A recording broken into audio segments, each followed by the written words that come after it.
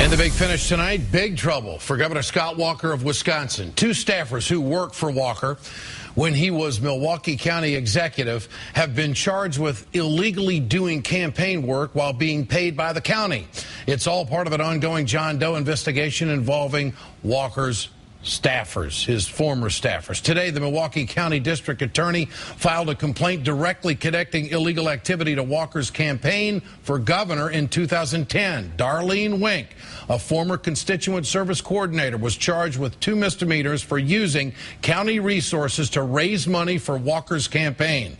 Also, Scott Walker's former deputy chief of staff, Kelly Reinfleisch, was charged with 4 felony counts of misconduct in office. And the way these Walker staffers allegedly broke the law is unbelievable. The district attorney's complaint reveals the existence of a secret email system used by insider staffers to conduct fundraising and other political activities on taxpayer time. Thousands of emails were allegedly exchanged between county workers and Walker's campaign staffers. Secret emails were also exchanged with campaign workers for then state representative Brett Davis, who was running for lieutenant governor. Davis is now Governor Walker's state Medicaid director. But there's more.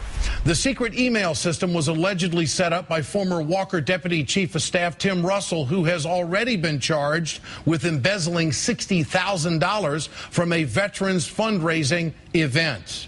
So the big question, what did Scott Walker know and when did he know it, if anything? Here's what we know from the DA's complaint. The secret email system. The secret email system was set up through a wireless router housed in an office 25 feet away from Scott Walker's office. Also, Darlene Wink, one of the 2 individuals charged today, resigned from her county position in May of 2010 after admitting she was doing campaign work on county time. Shortly after her resignation, Scott Walker sent this private email to Tim Russell. "We cannot afford another story like this one. No one can give them any reason to do another story. That means no laptops, no websites, no time away during the workday, etc." Governor Walker has not commented on the most recent charges and canceled a scheduled event today, citing bad weather. For more on this, let's bring in John Nichols, Washington correspondent of The Nation magazine. He is live tonight from Madison, Wisconsin. John, how bad is this for Walker? It's pretty bad. Remember, this is the day after the governor's State of the State address. He was supposed to do a triumphal tour of the state, stops all over emphasizing the points that he'd made in his speech. Instead, he was avoiding the cameras, and his press secretary, Cullen Weirwee, was not able to put out a statement responding to this, these charges, these criminal complaints that have come out, because Cullen Weirwee is listed in the criminal complaint.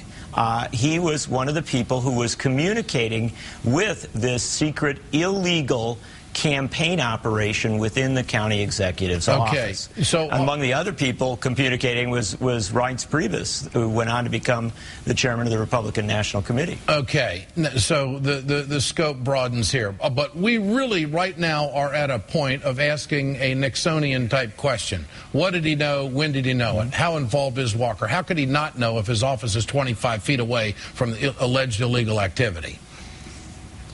Well, and remember also, we're talking about Tim Russell here, who was in so much trouble a week or so ago and is listed in this complaint. His name's all over it. Tim Russell was, for a decade, Scott Walker's wingman, the guy who was at his side in everything that he was doing. Another person who's listed in this, all over it, is the guy who went on to become Governor Walker's chief of staff. And the woman who was charged with 4 counts of misconduct in office, it went on to serve as a fundraiser for Governor Walker's campaign and was working for that campaign right up until recent days. John, how does this affect the recall? It's hard to imagine the governor didn't know about this. Yeah, how does it affect the recall? Yeah, how does it affect the recall? it becomes a much bigger story. You know, most of your viewers have watched the debate about what Governor Walker did with the labor unions. They're very conscious of that as a central issue.